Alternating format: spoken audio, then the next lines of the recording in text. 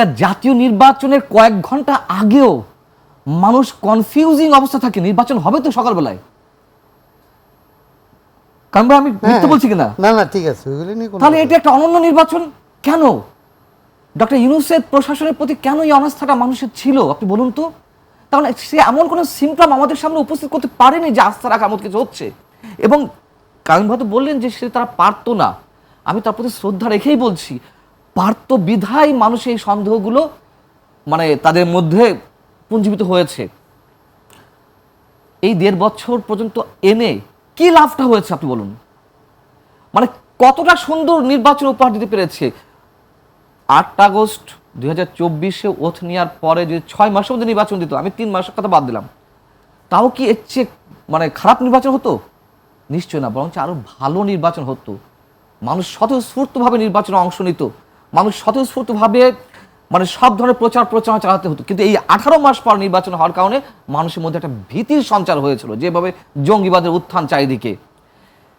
তারা যে পারত তার আরো অনেক উদাহরণ। কখনো বলেছে স্থানীয় সরকার নির্বাচন দিতে হবে, কখনো বলেছে গণভোট দিতে হবে, কখনো বলেছে জুলাই সনদের আইনি ভিত্তি দিতে হবে। এই যে নানান ধরনের টালবাহানা, এবং এই নির্বাচনের সময়টি বেঁধে দেওয়ার কারণে সেই ডক্টর ইউনূসকে লন্ডন পর্যন্ত যেতে হলো না?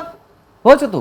এখন বিএনপির সমালোচনা করার জন্য আপনি বলবেন এই যে গণভোট এবং জুলাই সনদের কথা বারবার যারা বলছে 11 দলীয় জোট, এটা বাস্তবায়ন হলেই কি দেশে ফ্যাসিবাদ বন্ধ হয়ে যাবে?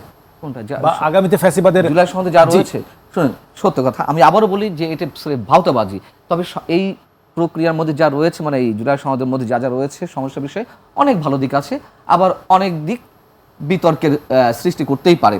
তবে অবশ্যই অনেক দিক ভালো আছে। যেমন বিএনপির যে 31 দফা কর্মসূচি অনেক আগে দিয়ে রেখেছে, তার মধ্যে তো স্পষ্ট নির্বাহী বিভাগ থেকে বিচার বিভাগ পৃথকীকরণের কথা বলা আছে।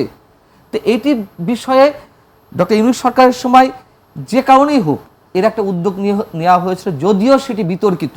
সেটা প্রপার ওয়েতে নির্বাহী বিভাগ থেকে বিচার বিভাগ পৃথকীকরণের জন্য যে পৃথক সচিবালয় গঠন করা হলো, তার মধ্যেও নানান ধরনের কলা কৌশল রয়েছে।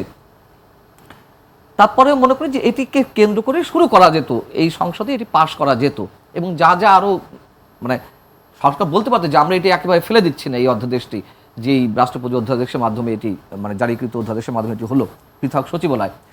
তো বিএনপি এটিকে আমরা প্রতারণা বলতে পারি, যতক্ষণ না পর্যন্ত বিএনপি সত্যি সত্যি উদ্যোগ না নেবে নির্বাহী বিভাগ থেকে বিচার বিভাগ পৃথকীকরণের জন্য নতুন বিল না নিয়ে আসার। এর মধ্যে 31 দফা বিএনপির 31 দফা কর্মসূচির মধ্যে ছিল যে দৈব দুর্বিপাক মহামারী এই ধরনের সংকট ছাড়া প্রশাসক নিয়োগ করা হবে না, বা নির্বাচন বাতিল করা হবে না, বা নির্বাচন স্থগিত করা হবে না, এ ধরনের কথাবার্তা ছিল। আমরা দেখলাম দেশের 42টি জেলা পরিষদের প্রশাসক নিয়োগের প্রক্রিয়া।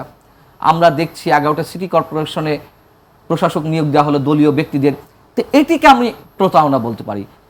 কায়ুম ভাই যে অর্থে প্রতারণা বলছে, আমি সেটাই বলছি যে এই 2 মাসে বিএনপির, আমি নিজেই বলেছি যে এই সরকারকে সময় দিতে চাই, 3 মাস 6 মাস আগে সমালোচনা নয়, কিন্তু কিছু কিছু বিষয়ের মধ্যে যা হয়েছে অবশ্যই সমালোচনা করার অনেক পথ রয়েছে।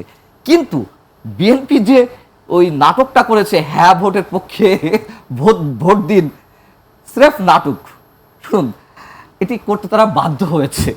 তার কারণ কি আপনি বলুন তো, কয়বার এই কথা উচ্চারণ করতে দেখেছেন বিএনপি নেতাদের? আমি একেবারে দিনক্ষণ মানে উল্লেখ করে বলতে পারি, তারেক রহমান 2 বার উল্লেখ করেছেন, নির্বাচনী প্রচারণার 1 মাসে বা 20 দিনে 2 বার উল্লেখ করেছেন। মির্জা ফখরুল সাহেব 1 বার উল্লেখ করেছেন, আমার যদি ভুল না হয়ে থাকে। আর স্থানীয় পর্যায়ে বিএনপি যারা ক্যান্ডিডেট তারা তো গড়ের উপরে বলেছেন নাতে ভোট দিবেন, হ্যাঁতে নয়। তাহলে বিএনপি কিন্তু সেখানে তো 70% মানুষ কিন্তু এই হার পক্ষেই কিন্তু সমর্থন জানিয়েছেন। কোন ভোটে? আপনি কিসের ভিত্তিতে বলছেন এই কথা?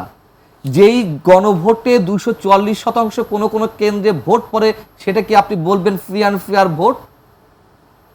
আরে এই গণভোটের মাধ্যমে তো অন্যরকম ম্যাটিকুলাস ডিজাইন ছিল ডক্টর ইউনূসের।